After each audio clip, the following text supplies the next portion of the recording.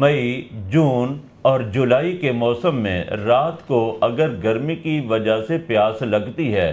صبح نہار منہ پانی پینے میں تو پھر کوئی حرج نہیں، کیونکہ پیاس جو لگی ہوئی ہوتی ہے اور یہ ایک طبعی اور فطری صورت ہے۔ اگر اس طبعی اور فطری صورت سے ہٹ کر مسلسل روٹین بنا لی جائے کہ سال ہر سال سے صبح نہار منہ پانی پینا ہے اور ٹکا کے پینا ہے،